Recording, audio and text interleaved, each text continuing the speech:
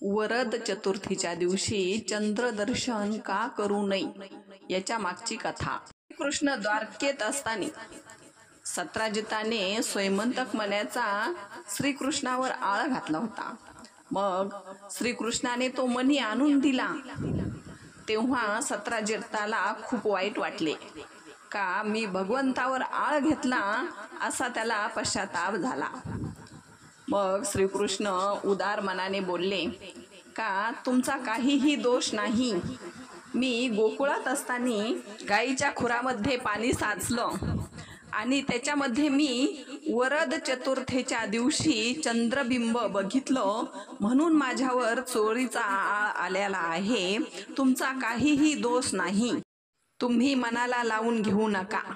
तेव्हा सत्राजिताने विचारले वरद चतुर्थीच्या दिवशी चंद्रदर्शन का घेऊ नये हे मला सांगा.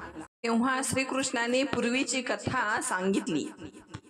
एकदा सर्व देव शंकराच्या दर्शनासाठी कैलास पर्वतावर आपापल्या वाहनावर बसून चालले असता पर्वताच्या चढाणीवर गणेश उंदरावरून खाली घसरून पडला.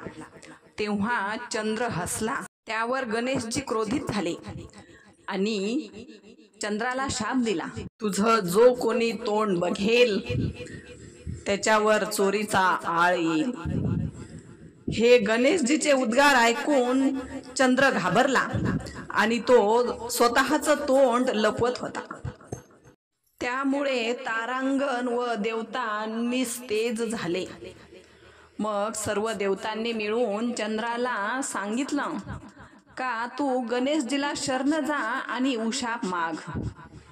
मग गणेशजीने उशाप दिला.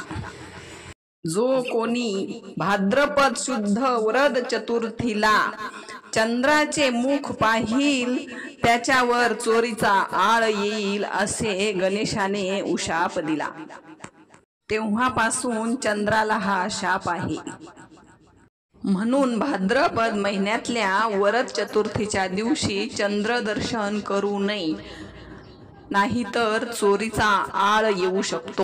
गोकुळामध्ये असताना पाण्यामध्ये मी चंद्रबिंब पाहिले म्हणून माझ्यावर स्वयंमंतक मणी चोरल्याचा आळ आला आहे. आता हे स्वयंमंतक मणी तुम्हीच ठेवा.